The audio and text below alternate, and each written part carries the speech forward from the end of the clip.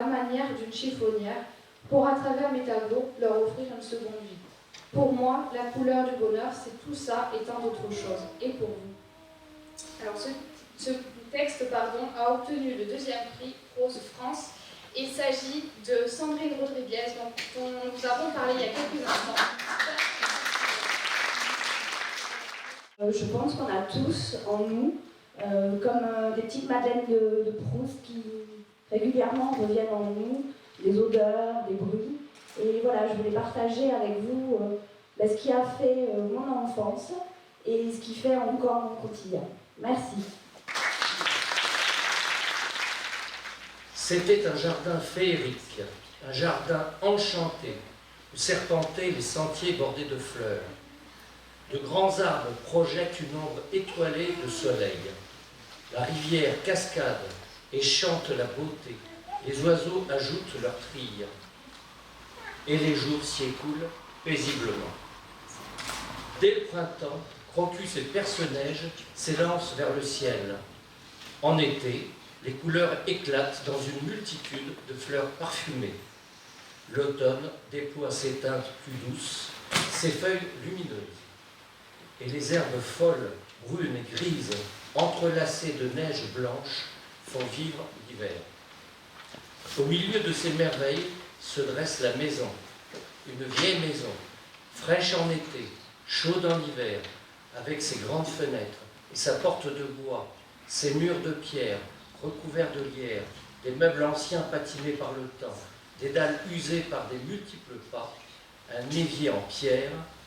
Quand j'en approche, je me sens l'âme de Hansel et Gretel devant la maison en pain d'épices.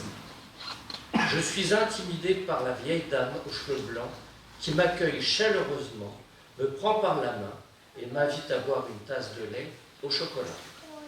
Parfois, je la surprends, penchée sur un parterre, coupant une fleur fanée, retournant la terre ou créant un bouquet de fleurs. Et aujourd'hui encore, je sens ce bonheur profond et cet émerveillement apporté par celle qui les a créés et partagés si gentiment avec une toute petite fille. C'était un jardin au bout de ma rue.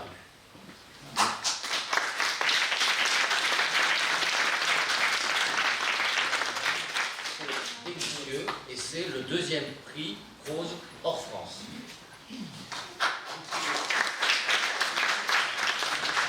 Il faisait beau. Rachid et Hassan n'avaient aucune envie d'entrer en classe pour écouter les radotages de cet ennuyeux professeur de français qui allait leur demander encore une fois de lire, de commenter un passage où un certain monsieur Jourdain, enfant du XVIIe siècle, s'escrimait pour se hisser à une classe sociale qui n'était pas la sienne. Il était 14h moins 10 minutes, et ils avaient tous les deux fait croire à leurs parents qu'ils allaient au lycée. Quand le camarade Ayoub leur dit, près du portail de l'établissement, qu'il était temps de regagner la salle de classe, ils partirent d'un rire et lui rétorquèrent. Désolé, cher Ayoub, tu peux y aller toi, va faire la sieste en classe. Nous allons passer un bel après-midi loin de Molière et de Jourdain. Ils avaient quelques dirhams en poche. Ils achetèrent 2 canettes de soda, des biscuits, du chocolat, des cigarettes, et se jetèrent dans le premier grand taxi qui allait passer près du lac Roumi. Quelques minutes plus tard, voilà Ayoub qui appelait au téléphone. En rentrant au lycée, nous avons eu une belle surprise. Le nom du professeur de français était inscrit sur le tableau des professeurs en congé de maladie. Où êtes-vous? Nous voulons vous rejoindre. Jamal, Samir et moi. En route pour le lac Roumi. Parfait, on vous rejoint. Ah, quelle joie de se retrouver entre amis dans les bras de la nature.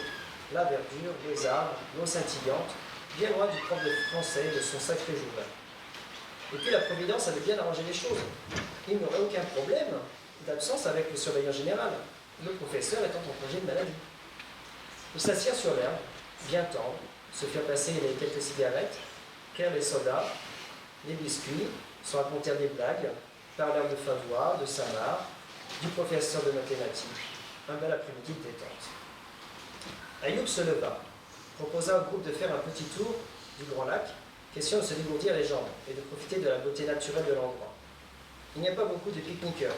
3 voitures garées au loin, un berger avec son troupeau de moutons, des campagnards ramassant des brindilles de bois, 2 amoureux dans l'une des voitures. Ils longèrent un bon bout du bord du lac, en chantant. À un tournant, ils s'arrêtèrent net. médusés. Ils se retrouvèrent nez à nez avec leur professeur de français, assis, sa canne à pêche entre les mains. Moi, j'ai beaucoup de plaisir à le lire. Je l'avais choisi, ce texte. Il a été écrit par Najat Dialmi. Najat Dialmi, qui est au Maroc. Et tant qu'à faire, elle a reçu le premier prix de prose hors France et aussi le prix spécial de Gilles Vincent.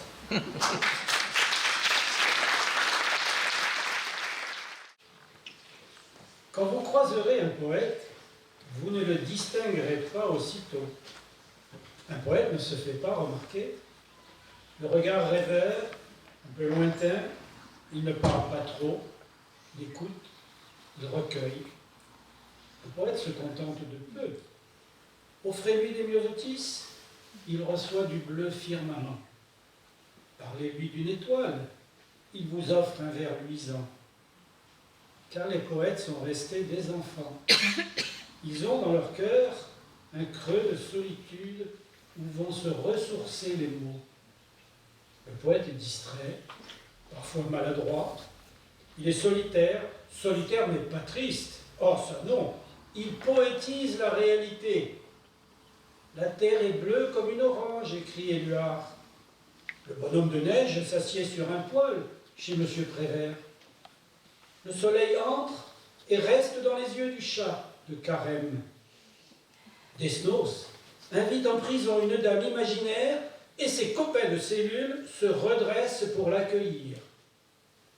Un enfant, poète anonyme, écrit « La pelouse est verte de plaisir ». Il est des poètes aux étranges pouvoirs, leurs mains semblent guider. Hugo, le grand, a aimé, pleuré, lutté, témoigné, défendu le peuple, et il a tant aimé les enfants. Elle avait pris ce pli dès son âge enfantin, de venir dans ma chambre un peu chaque matin. Après la mort de sa fille, c'est un face-à-face avec Dieu, à Villequier.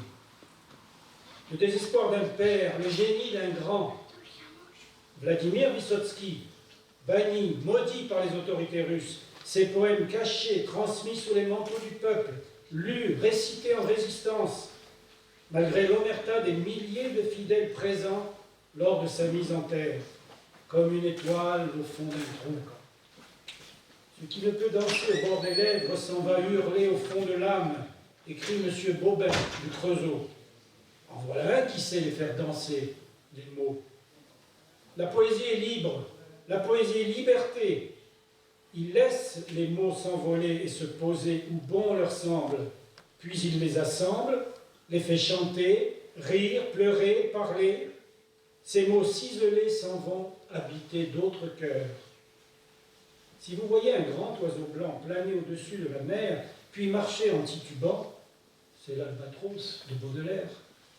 Si les mots prennent des couleurs, A noir, E blanc, I rouge, U vert, O bleu, c'est par la plume pinceau de Rimbaud. La poésie se lit, se murmure, se déclame, se chante. Des poètes chanteurs. Une petite piaffe sur le trottoir ou une longue dame brune au piano. Pierrot du Zizi qui parle si bien de Lily. Renaud au Mestral gagnant. Le grand Jacques des Marquises et Georges de Sète. Les deux chantres d'Aragon, Jean et Léo, ils sont là et ils sont là-haut, et c'est extra. Alors, quand vous reconnaîtrez un poète, ne passez plus votre chemin sans savoir ce que dit sa bouche. Ce poème est de Hélène Blanc, qui a remporté le premier prix de la catégorie Prose France, et que j'invite à nous rejoindre.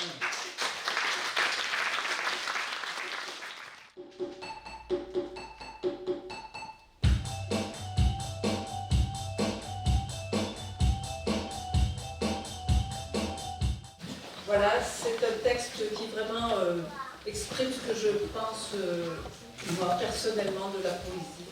C'est quelque chose qui m'habite depuis quelques années maintenant. Et ce texte, voilà, c'est le reflet de ce que je pense des grands poètes et des moins grands poètes. Puisque je parle d'un enfant, les enfants sont tous des poètes, il suffit de les écouter. Voilà.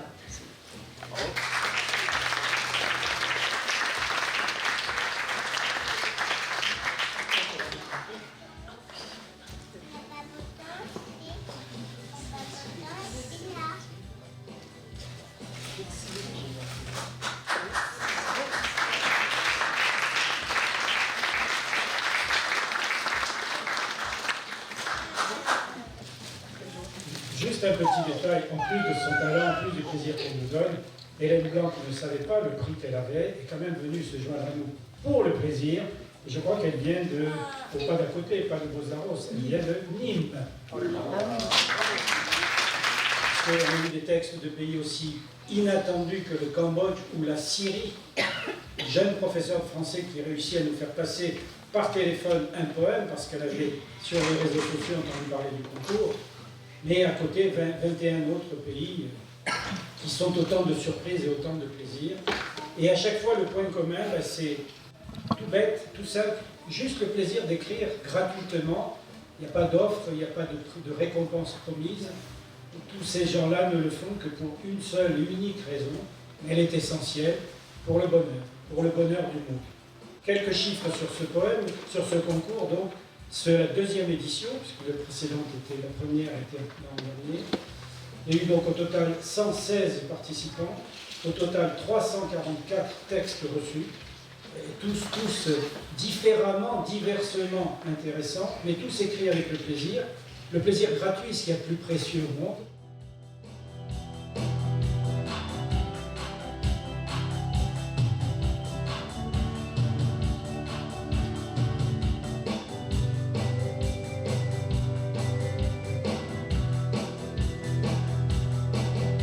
Et je crois qu'on peut laisser un peu de place à la musique. Qu'en dites-vous? Oui. Oui.